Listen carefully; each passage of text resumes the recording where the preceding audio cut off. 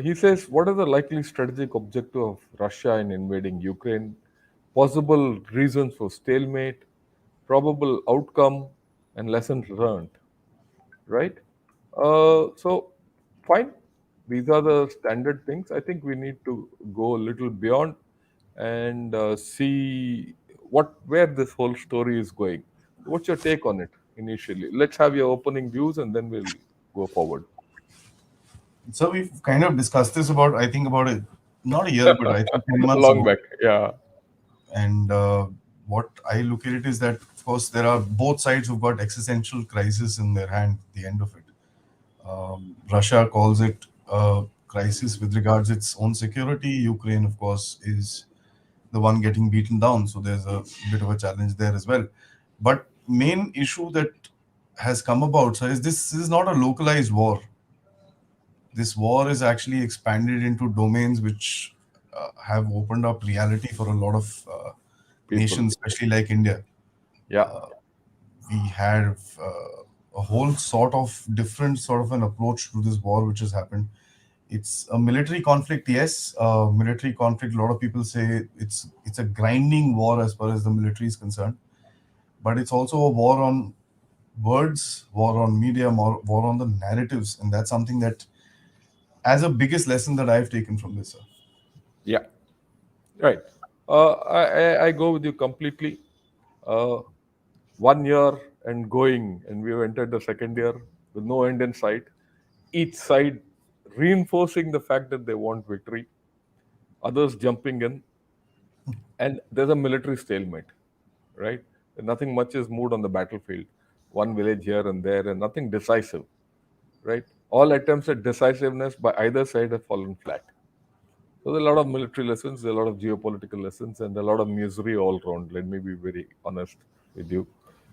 If you remember some time back, when we had a discussion, I had said, look, this is a war where everyone's going to lose. But having said that, it's happened, it's there, so we'll analyze it, right? I'll start this analysis and I'll let you take it on because you gave me the slide and just take us through as to what's happened and then we'll talk further. Well, sir, I think this is the on the left hand side we see the top slide, which is the first phase of the war, Yeah, where a lot of people now, if you there are two different aspects of it. One, if you look at the Western aspect of it, they say that the Russians came, they could not achieve their aims towards Kiev, and they withdrew. If you look at what the Russians say, is that this particular attack was one a feint, and second, to try and push Ukraine onto the negotiation table. So, which is what happened. But then reports today tell us that the Western powers were not very keen on a negotiation. So I think that whole thing fell apart. There was the second slide, which was the withdrawal or the counterattacks that took place with regards to Ukraine, especially towards the north. The Russians basically withdrew from Kiev. And then after that, we saw the September counterattack, which is the pushback that, as you say, sir, which is, yeah, September, October, November. Some counterattacks took place where the Russians were pushed back in Kharkiv in the north, and they withdrew from the southern part, of they came off from the western flank of the Dnieper River. So that's something which has been happening right now. Of course, a lot of reports are there that large concentration of forces which are building up on towards three major regions in the eastern part of Ukraine, which is one is in the northern Donbass, which is a place called Kremenaya, Liman, that area. Then the second grinding assault, which is being on city block by block, which is in Bakhmut, and the third one in the south, which is Zaporozhia and yeah, Vuhledar, where battles are pretty hardcore right now. So yeah. that's what it is right now, and a lot of speculation with regards to a winter offensive from Russia actually fell flat. Now people are talking about a grinding war of attrition and a very slow incremental progress as far as you also mentioned, one village here, one village there. Yeah. It's Uh, it's I, it's I agree with you. Actually, if you look at all the four maps, right? In fact, the last three maps, the Russian part has not hardly changed. You could put arrows all around, but nothing has changed, yeah. right? And if you really look at it, the way the both the forces have behaved, and I don't know whether much will change, right? Uh, okay. Having said that, I think uh, uh, let's discuss what are the aims. Why did all this start? Why did all this start? What were each chap's aim? Why what did they want to achieve? And then we'll also side by side say, okay, what did they do further? Could they achieve anything? Right? And so we'll have a look at it. And in fact, actually, strictly speaking, we have done this earlier. Don't you remember? Yeah, yes, sir. Yeah. So let's reiterate what it is. Let's first start with the Russians. Okay, and you can jump in wherever you feel you want to highlight a thing. Just So feel free. Okay. Look, the premise of Russia was that NATO in Ukraine is an existential threat to it. That was unacceptable to Russia. It wanted Ukraine to be part of Russia, or either completely part subservient. of Russia, or it's a buffer or a part of its influence, subservient to it. And then achieve this, Russia put its nuclear card on the table. It garnered Chinese support. You know that before the war started, Putin and uh, friend Xi Jinping had a talk, no holds barred friendship and all that. Right? And now, as it appears in hindsight, it was fully prepared for all the sanctions which were going to come, and it had, anticipated. And to that extent, I think the whole thing was pre-planned, and it is very clearly indicated that it will go to all lengths to secure its core strategic interests. But as we have just seen, it does not have the capability to hold uh, Ukraine militarily or financially, and it cannot also capture it. That is quite apparent by now. But it will continue to use unrestricted force. Right. If this is the matrix on which we are talking of the Russian aims and objectives and all that, do you think they have achieved it? Yes and no, sir. Okay. The couple of things that which come to mind with regards to, if I may just put it Yeah, into take your three time. simple parts. Three simple parts. One is the people. Of course, the people of Donbass has been under a lot of attacks since 2014, and that's pretty well evident now. So they've, at least the areas that have gotten under Russian occupation, Mariupol and all that stuff, have settled down a bit. So some people life is begun. But one of the biggest challenges with regards to people is actually seen by Ukraine, because it started with a population of about 36, 38 million. It was purported to be 44, but a lot of people say it's 36, 38. About 8, 10 million people just left. They, Yeah, just they've packed their gone bags to and left. Poland and all that. Poland, Russia, all over the place. Yeah, Another 4 million people are currently under the Russians in terms of the four regions that yeah, he's occupied. Uh, the their own reports say about 2.5 million people are working in abroad as it is. So that gives you close to about 15, 16 million people which are not there out of the 35, 36 million population. And then of course 500,000 people are purported to be in uh, critically injured, dead, missing in yeah. See, action, POWs. So for a country of the size of Ukraine, I mean, sustainability of the country has pretty much come to a question today. So that's one aim that I think the Russians would be happy with, that the structure of Ukraine has become pretty weak. As a matter of fact, on the flip side of it, the Russians, as you said, wanted NATO to be away from the border, but I guess they kind of, NATO has come to the border. yeah, so they messed that up. So that's as far as the people is concerned. The second part I would talk about I won't talk about the military, sir, because that's something that I'd leave to you. But geopolitics wise, the world has kind of realized that there is a lot of stuff that happens behind the scene with regards to narrative, and that's something which is not coming out in the open, but generally people can accept that a lot of stuff is probably being propagated, which is may not be the reality. Yeah. So people So a are lot of asking, narratives, false lot people narratives. are beginning to ask questions, and that's something Yeah. which is very interesting to me, that the credibility of a Western narrative or Western media narrative is actually getting a little bit of a jolt. Um, so that's interesting. And the third part, sir, is basically economically that I mean, Europe was a strong, strong economy, which is down to the halt. UK, which is of Yeah, course not part of the European Union, has food shortages and this and that and the other. Americans, are, of course, making money, but the Russians, interestingly, everybody thought it would be 15% down, but it actually yeah, stabilized at the 2.1%. So that's right. very interesting So to me. good. So we'll now we've looked at the Russian angle which you have put across. Now let's see it from the Ukrainian point of view. What does Ukraine want, and has it achieved? I mean, it's very clear that Russia has not achieved anything much, but it has achieved something. Look at Ukraine. Ukraine started off with the premise that it would wanted to join NATO or EU, but then to start with, it was a divided nation with a divided polity, Yeah, right? There's a the humanitarian disaster which is on. People, economy, infrastructure is wrecked, as you rightly said. People are all over the country. The sustainability of this country, as a nation, is at question. But then, whoever is there, so the Ukrainians will fight with the Russians with yeah, newfound hatred. Okay, it's not going to be a peaceful land. And ultimately, this is my view that the whole story will degenerate into a, Western sponsored insurgency, right? absolutely. So, now where does that leave Ukraine with its initial objectives to where it is today? So, as a matter of fact, one thing I think all of us would agree that Ukrainians have fought.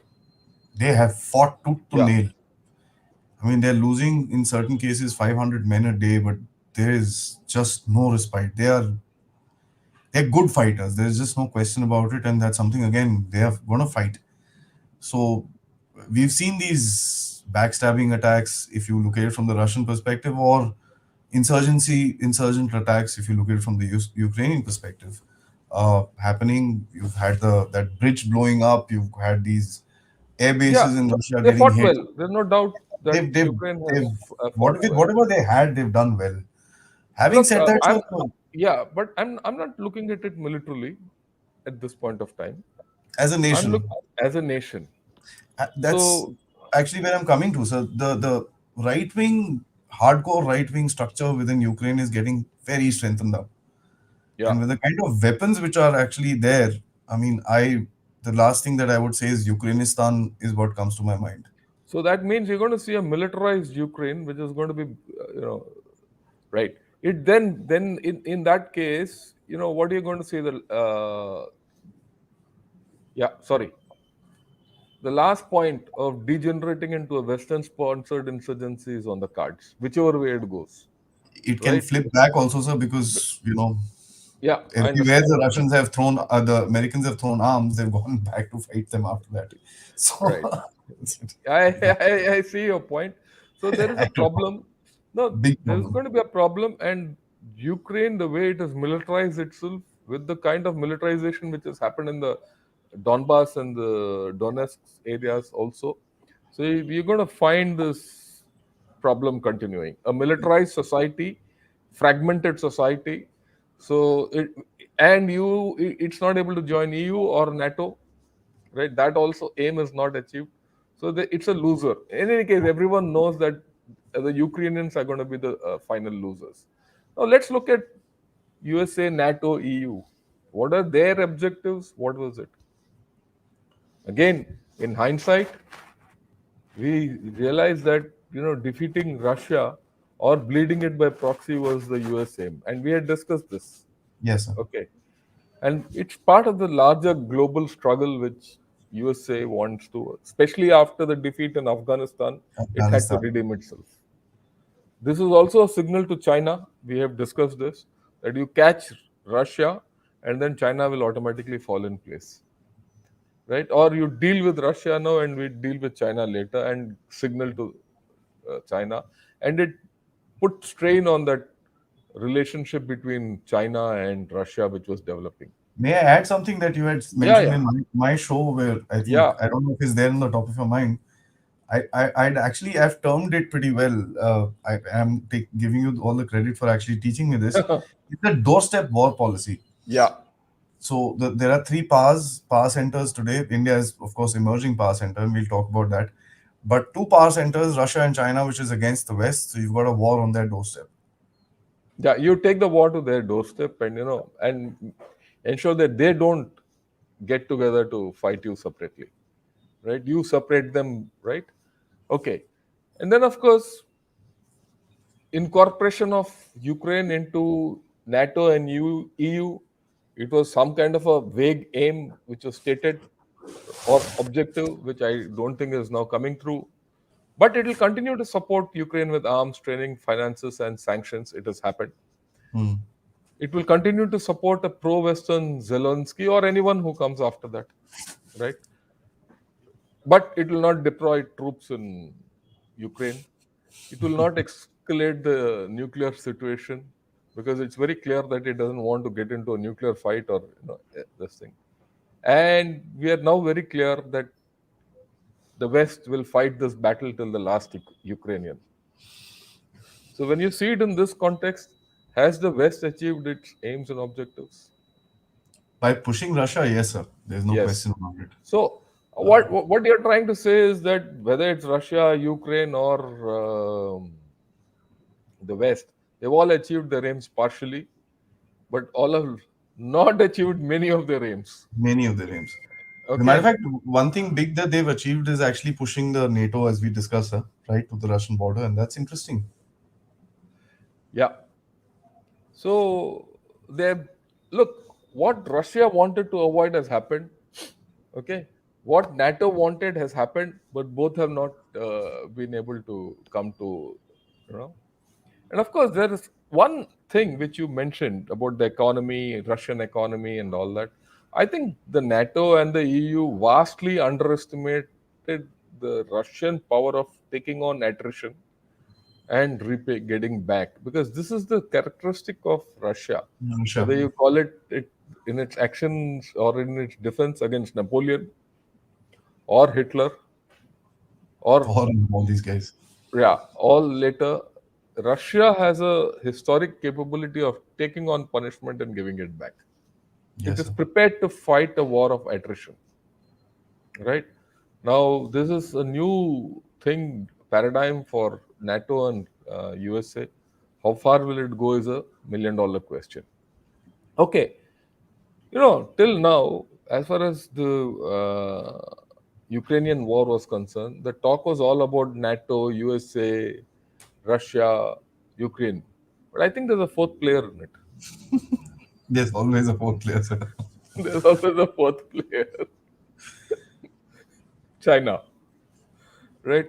I feel, China was biding its time and hiding its strength in this whole story to establish a Sino-centric world order. You heard the backdoor entry. Hmm. It in you look at it, Russia is being used as a proxy as much as, right, and it is also letting USA and West entangle with Russia to bleed each other.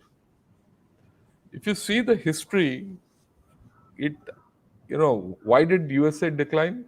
USA declined because of its commitment with Iraq, then Afghanistan, 2 decades each. Lost. Then before that it was Vietnam, and all this, during this entire period, China kept gaining strength. And if it could bleed USA in this whole game further, China comes up as number one, right? I think this is a move, and of course, Taiwan remains its focus. Now, this as a background, I think this is the aim and objective. Any views on this before we take it further? Chinese, this thing is interesting, sir. They're treading a thin line, if I may. No, that's okay. They're threading a thin line is not the issue. But You take, militarily, I think Chinese are. I mean, I'm a non-military guy speaking. I'm yeah, open to no, that's correction. okay. Speak, there's no problem. Chinese are gonna be scared that our teachers have not been able to, push forward the way they wanted to. What are Yeah. we gonna do in Taiwan? So I think, in fact, if you look at it from a different perspective, China has lost hell of a lot in this. I'll go back to that slide. because one has to understand, if there's a loser, I find in this entire thing, it is China. Because in the process, we also have to understand there's a pandemic on in this period, right? China is coming out of that pandemic, zero COVID, and its internal problems, its economy is on the decline. Demographically, it is definitely going down. Mm. So China, which probably started this whole story last year, just before the Winter Olympics, with this secret understanding between Xi Jinping and Putin to establish a Sinocentric world order, by backdoor, has not achieved it. It's using Russia as a proxy is also not paid off, because we know in this entire process, USA has consolidated itself and become its economy has grown stronger, right? Whereas the Chinese economy went weaker, so the gap between China and Russia, USA, has you know Increase. widened. It wanted USA and the West to entangle with Russia to bleed each other, but it is Russia which is bleeding, right? It can bleed hell of a lot is a different story, and USA is not committed. Taiwan is its focus, and today, like you rightly said, Taiwan has become a porcupine it can't swallow. And wars are. We'll talk about this. So I think that's a major thing which has happened, by which China is, I think, if I term a loser, it is China. And even now, China is on the tenterhooks which way to go. You agree with me or not? Absolutely. I would say that the thinnest line that the Chinese have walked since the. The I don't think the pandemic was as thin a line, sir. Yeah, This look is a. at the during the pandemic, at least they had a very clear cut idea as to what they were doing. Now they have gone into a zone of high uncertainty, and I think they're having a serious problem, because you also have to understand the Chinese belligerence, especially after Nancy Pelosi's visit, has strengthened the first island chain of nations, Yeah. right? And mind you, this is found mentioned in today's South China Morning Post, that the regional security architecture for it is going Changed. against it. So that's gone. Your economy is gone. A lot of issues. So China, I think, is, if there's one loser I identify, it is China in this war. Okay, and of course you have to understand that geopolitically, China has been ignored. It is now trying to come up, which we'll discuss in the afternoon on your channel, right? How it is trying to regain its footing. Okay, now I just thought I'll flash another slide, which I spoke in a particular channel. This war has said that politico-military fusion is a must. You Must. look at it, especially from the Russian side, the politics and its military were not on one grid. We didn't know what it was. Then long war is a reality.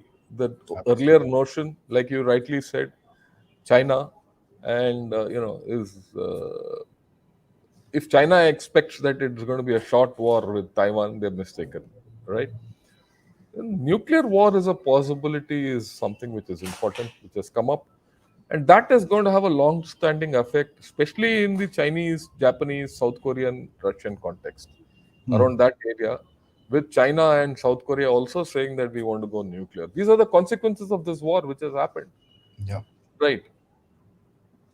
Look, another thing which has come out is firepower alone doesn't win battles. You need maneuver, right? Battle is a all arms effort. Russia, with its huge firepower, has not been able to make gains. It has gone into huge collateral damage and sustained and a planned way of attrition of Ukraine. But it has still not been able to go past that line. Those four maps which we saw, that red line is almost static. There's a need to fight and not talk too much. And this is a lesson to China, because China talks hell of a lot. That we'll do this, we'll do that, and all that. So there's a need to fight. Right. This is very important. Every army is strong till the first shot is fired. This is a lesson to us. Okay. Every army looks very strong on paper, but the moment the first shot is fired, where does it go is a question mark. Ukraine looked very weak on paper, but it is turned the other way around. right? It's fighting, and it's like you rightly said, it's fighting with its back to the wall without any of this thing. Proxy wars are low cost and more effective, and that's what USA is doing. And if China gets into Taiwan, it'll end up with that. It'll end up fighting a proxy war or being fought. And of course, Russia is being bled till the last Ukrainian. That is what we had also mentioned. Right. Now, let me, dilate a little on issues pertaining to other issues of this war, the military part of it. You know, there is the last generation, as far as the military was concerned, was the revolution of military affairs. Now, all these disruptive technologies came into being. And today we are seeing a disruption in military affairs. And this is something we have spoken of, right? Where does this disruption in military affairs take us? It takes us into the issue of multi-domain warfare. This war, you'll agree with me, has been fought in all domains. Can you find Hmm. a domain in which it has not been fought? It has been fought through peace, war, or wartime, day, night. Yeah, They've used state, non-state, state-sponsored actors, both sides, including the cyberspace, Wagner Group. Yeah, yeah, cyber, huge, cyber. I mean, you take it, air, land, sea has been used everywhere, naturally. everywhere. Hmm. Space, cyberspace, right? Nuclear, electromagnetic spectrum, vastly used. Energy and resources is a major plat- domain in which this battle is being fought. Russia couldn't have survived so far if it had not used the energy domain, right? Politics and ideology, naturally, diplomacy, economy. Then, of course, the three warfare, though it's the three warfare strategy of China, which I've adopted in the slide: public opinion, legal issue, and influence operations. But it is happening all around. Everyone is playing his narrative. This is the thing which is driving the narrative. Health, probably not out there, but health is a thing which will get played out. Yeah, Yeah, casualties. your views on this? So interestingly, actually, while you were talking, it just struck my mind that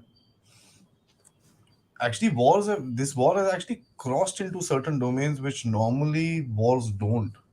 Yeah, If you now look at Seymour Hersh's report, and if you kind of believe what he says, international terrorism, uh, that's what he says. I'm just quoting him. But at the end of it, that act of blowing up that pipeline was something very significant, which yeah, actually made a lot of countries a little wary about their international assets. Uh, so I would say that this war has actually impacted, you know, more public opinion wise. It has also impacted the internal opinion of countries and leaders of the countries, that boss, how vulnerable are their assets and how vulnerable are their holdings in international standings in case something like this happens in the future. yeah. That means there's a lot of loss of trust too, because we still don't know who blew it. Some reports say Americans blew it. Americans say they don't didn't blow it. Blow it. We don't know who. Yeah, but now it's So a narrative, so yeah, it's narrative. So there's a so trust is gone. yeah. When trust goes, narratives build up, Then anything right? will sell. Yeah, and then the influence operations and all that will start, right? Of course, besides China, I think there's a comment which I've got. Balaragwan says EU is also a big loser. I think so. EU has lost big time in this whole story. Okay. All this talk of about, getting Ukraine into EU and all that has only incensed Russia to take harden its position and not go to a, settlement of sorts. Okay.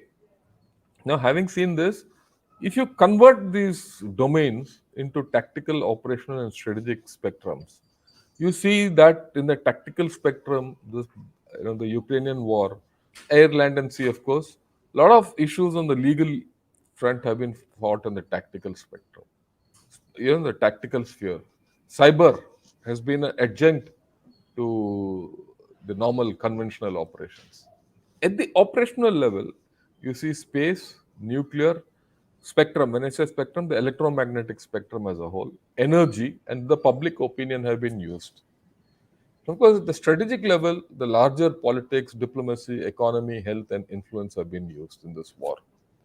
Right? This is the way it is structured. I just thought I'll put it across because when you analyze it on hindsight, this is what comes out of the whole story.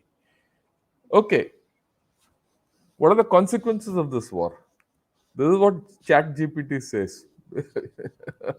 Right? I just typed it out and said, look, what's going to happen in this war and what are the international consequences? So Chat GPT says strained relations between Russia and West, impact on international law, impact on regional security, impact on global energy markets, refugee crisis. Overall, the international consequences of Ukraine war have been significant, affecting regional security, global energy market, and relations between Russia and the West. But I think we need to simplify it and let's discuss this. The consequences are in the post COVID world order, humanitarian crisis, energy and food security, inflation, international law and rules based order, and the global insecurity. So let's spend some time on each of these. So, What are your views on the post COVID world order which is coming which about? order, sir? Right? That's the interesting thing that people today are asking questions about the order. And if I may, I'll just go to your second last point, which is very interesting to me. That the questions are being asked that who wants to follow the law-based international order or the rules-based This international order. international order. So the law-based international order people are talking about is the UN Charter, and which is actually on paper. Rules-based is more of a, I don't What know. you I mean, made, what you made for yourself arbitrarily, or you lay yes, down a rule and you don't want to, something like the nine dash line, which has become a rule, right? yes. You want to manufacture a rule and then talk about it. Yeah. That's This is interesting because a lot of this thing, and you yeah, know that we never heard of something called the Global South before. yeah. But I wouldn't say so. There was always a north south dialogue. Yeah, it was, So, but it wasn't but as prominent as. yeah. So the point is, you know, if you look at it, when you look at the world order, you're looking at a Western order, you're looking at a Russo Chinese order trying to emerge itself, and you're looking at a neutral order of Yeah, largely the global south. So I wouldn't call it a tripolar world, but a trisected world is what we are staring at, whose lines are going to be blurred with actors like India, Turkey, Japan, and all trying to straddle all worlds, right? Not necessarily all three, but at least two at least. Okay, so this is going to happen, and this is going to be a lot of flux. Hmm. This future ahead is going to be a lot of flux, and till such time the Ukraine war continues, there's going to be this flux. In fact, beyond that also there's going to be flux. The only thing is the Ukrainian war has to first end.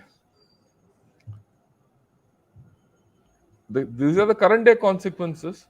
So before we go further on these consequences, do you see some kind of a war termination coming about for this? To me, sir, no, because No. I even if something comes about, because the amount of loss of lives that has happened, Ukraine perpetually, as I said, has lost almost 200,000 soldiers killed, and that's something which is coming out from many sources now. 200, 250,000 people that some people are saying. The Russians actually, if you believe the BBC, which I don't know if I want to or not, but have said between 18 to 25,000 soldiers. Look, what you're trying to say is there are a lot of casualties. And when that kind of this thing impact is there, sir, to How stop will the the war war from end? any leader is impossible. Yeah, one is that. The second thing is, we are seeing as late as yesterday and day before, people are reinforcing the fact that we're going to achieve victory.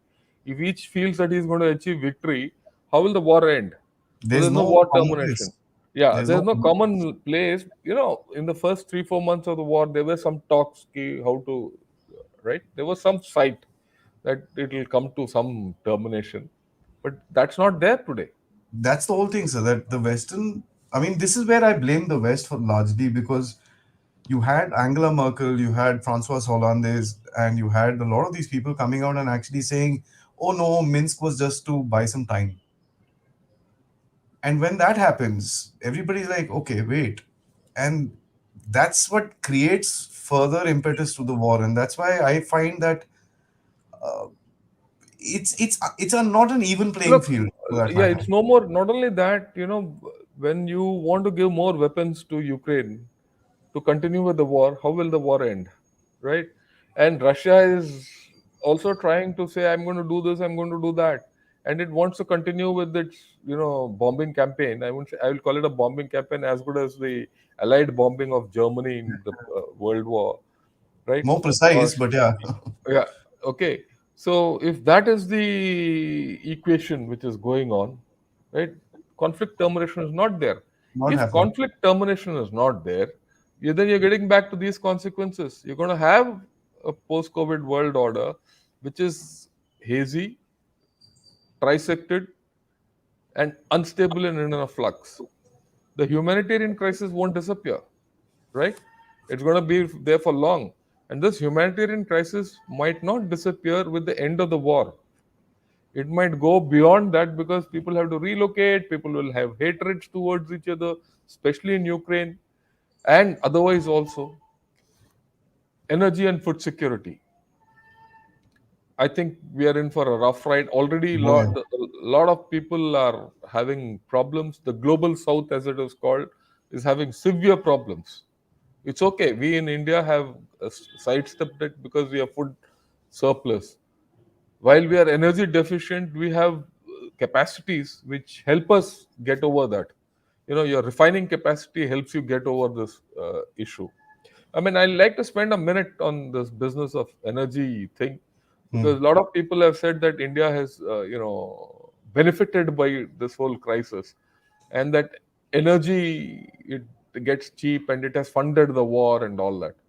Let me put it on record. What has now emerged? Initially, it was all felt that buying Russian oil meant funding Russia, and that India was profiteering by getting cheap Russian oil. Two-way bargain. But what has emerged is India gets all that Russian oil, refines it, and gives it to the West. USA is buying it. So if right, so whom are you blaming? Apart from that, sir, USA is still buying uranium from Russia, so Yeah. So this kind of a, what shall I say, double speak, duality, yes, sir. yeah, duality and hypocrisy is something which India doesn't need. Okay, yeah, inflation is going to be a reality, and inflation being a reality is going to hit all of us, but it is going to hit China the most because its exports are going to go down. Like I said, China has got the maximum to lose in this war, right? Because China, which is an export dependent economy, is getting hit badly. Its consumerism inside is not going, as we know that it has got internal problems and the demography problem has now come on their head. So it's going to be interesting to see what's happening in China as a fallout of the Ukrainian war. That's why if you go to the South China Morning Post and you see there are a lot of talk about Ukraine and the impact on China. They're worried. Okay. Then we already touched upon the international law and rules based order and the global insecurity which is going to persist. Anything else you want to add? Actually, yes, sir. One major thing which is Yeah. coming across, and that's something which actually worries me, that the nuclear question is becoming a little more prominent because you had the Trump administration pulling off from the INF, from the 88 signed INF. Uh, then you had Joe Biden arbitrarily withdrawing from the ABM treaty, Yeah. and now the Russians going back from the start. Yeah. Now this signals a huge arms race coming across, and unrestricted arms race. And this is something that worries me because the Chinese are arming. You mentioned South Korea and all these guys want to arm up. Japanese. The Iran Russians have could Iran will come up into the bargain. Iran will come up. And The Russians the basement bomb in Israel will come out now. And then have you have so much. North and Korea you is have sitting there. yeah, and you have a very unstable Pakistan with So nuclear weapons, where one this fool has said that he's going to sell nuclear technology and weapons to survive. yeah. So So there's a this lot. Look, yeah, that maybe dangerous. I think you and I need to sit and discuss this separately in another show. Okay, on the business of nuclear thing. But what you said is right. So the one of the consequences is you're going to see a nuclear. Arms race. I wouldn't say arms race. I wouldn't say I would. I wouldn't call it an arms race because I don't think there is an appetite to increase the number of arms. But the point is that there's an the modernization of your nuclear stockpiles, which China has already started, will lead you into the unknown areas, and you might have problems there. So that is something which is The Russians yeah. have started, the Chinese have started, Yeah, now the yeah, Americans are talking about and starting. you're going to go into a whole lot of nuclear uncertainty Yeah, because you have rich nations which are, or rather, who want to up their nuclear stuff. Then you have poor nations like North Korea and Pakistan, who are financially almost bankrupt, having these and flaunting it. And then you have aspirational nations like Iran and Israel doing whatever they want. So we are in. I mean, we need to factor all this in, and we'll do that, right? Right. Okay. Now I want to just switch to the Indian part of the story. Sorry. always. Right. Now I had written three articles on this. I had written the failed fire and centrality of India, right, which we had discussed on Dev Talks between Adi and I. Later, I wrote an article of India emerging as the third pole, and again, all in gunnershot.com, and the geoeconomics of India's rise. All these three references I've also put in the box, and I'll put it in the comments also after this show ends. Where am I leading to? What are the lessons for India in the whole story? That's more important to me. Look, India is in a very analogous position in this whole game. On the left, you see NATO, USA, and EU and Russia fighting through a proxy called Ukraine. Okay. The analogous situation for us, which we had discussed, Adi, if you remember, is China and India with Nepal in between. And we already discussed in our neighborhood, show, and that Nepal is becoming the Ukraine for India and China. Your views? Yes, sir. Absolutely, sir. Yeah, I mean, any foray into Nepal is going to be unacceptable to India. So, Yeah. existential threats and existential crisis, and that's something which is absolutely true. I absolutely agree with you, sir. Right. And with the way the governments keep flipping in Nepal, and the way Chinese have made inroads, and now they're looking at building that railway from up Kodari to Kathmandu, and then they want to get it down to Terai. If that happens, you will have virtually, you will you be able to react like Russia did, right? That's the million-dollar question. When Russia didn't want NATO presence in Ukraine, that is why a lot of this story has started. So, if there is Chinese presence in Nepal, what is your reaction? That's a big question, sir. Huh? You need to be It's a capable huge enough of at question. least responding. Yeah. What is your response? So, since you know that the situation is coming up, would you like to deflect it, or you just want to kick the can down the road for another 10-15 years? You can't. So what are you going to do about it? How are you going to handle Nepal? And this is something which maybe you and I can discuss Yeah, separately, because right.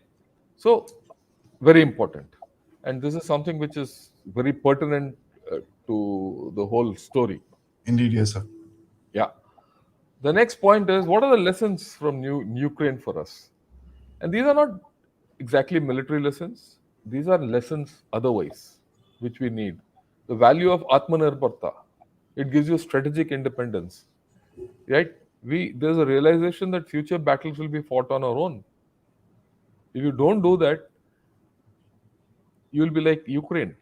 Or would you like to be like Russia, that you're on your own? Even a country like Russia has been running short of spares. It has turned to us for space. So the value of Atmanirbharta is underscored completely in this whole story. Then, of Absolutely. course, militarily, surveillance, information, intelligence, and media, they've all played an important part in NATO, Ukrainian, and Russian operations. All of them. We've said the battle of narratives. We've discussed this also, right? Now, a major part of this whole story is in the narratives. So, isn't there a major lesson in this for us? Absolutely. right? Absolutely, sir. How we do it is something very important. Then battlefields will remain conventional. There is no doubt. If you remember, before this war and all, China used to say, "Oh, we have cyber, we have space, we have do this, we have that," all that nonsense, right? This war has proven that battlefields remain conventional. They're bloody, people die, and they cause misery, and there's a lot of violence. So you can't get away from this. Okay, right? Cyber systems and threats have failed to make an impact on actual outcomes of the battlefield. They might support issues, but they don't decide Disturb the them, outcome. but yeah, Okay, and they are more a tool of gray zone warfare. They're tool of coercion, and we need to recognize this. We not only need to recognize this, we need to develop our ability and capacity in this. Right? Right. Uh, Energy as a dominant factor in the conduct of war has come forth. The whole thing has been an energy game, everything is a weapon, sir. weapon, right? The nuclear domain has made a reappearance, which we spoke of, right? Which everyone thought a nuclear war is unfightable or unwinnable, X, Y, Z, but it has come forth, right? Precision ammunition is the way forward. Firepower rules, but cannot ignore maneuver. If you see the Russian mix of army, there's a problem, and someone has asked a question which I'll deal with it down the line, right? And then there's a we need to reduce our dependence on Russia, right? Both we have capital and revenue opportunities where we have to decrease, especially in our shipbuilding, aircraft manufacture, and strategic partnerships. We have to look away from Russia. In fact, we have to look away from anyone whom we can. Okay, right. And the last but not the least, morale and motivation matters, and the value of national leadership is of prime importance. Prime importance. Yeah, not only national leadership, it is leadership at military level also matters. You see the way Ukrainians have fought, right? It has made a huge difference. And as against the poorly motivated Russian forces, right? Okay, major outcome of this war is the centrality of India as it is emerging. Everyone has come to us. That's why I said I've given three articles, which all of you who are watching this show might like to read and give it to your friends. My view is very clear. You might cry, you might you might haw, but I think India's time has come. Right? You might not believe it, you might not have confidence, but we'll discuss this in a separate show down the line as to why it has come. Okay, there are many reasons for this. So we will, uh, your views on this part of the story, Adi. No, as a matter of fact, sir, there is no question. I mean, today also, as we speak, I think Olaf Scholz is there in India. He's Yeah, talking about working with India for developing further submarines. So you have the French working with us. Now you have the Germans working with us. German, And this is right? just for submarines. You've got the huge leverage that you've been able to build up for because of the aviation deals. One day Yeah, after the big tamasha that was created about Air India, a forgotten news about Indigo also ordering 500 aircraft yeah, got they got forgotten. another 500 aircraft. So 1,000 They aircraft got it. makes the whole world's order. Yeah, So the leverage that India is going to be able to actually pull in, it's not leverage in the sense used the China way. It's no, leverage yeah, used India way. India way. And not only this is aviation sector. Uh, Every sector, sir. Apple is slated to sell 50% of its entire produce from India by 2027. Sir, TSMC Uh, base in and USA has called, I think, Vedanta and said, yeah, you want, I think they're working on the 4 millimeter nano chip now. right. They're wanting to share the entire tech and Technology saying, for okay, take it, this. make it. Right. So centrality of India is coming into play, and this is something which, like I said, this is part of the new world order which is emerging, right? The trisected world order in which India will have a role to play, right? So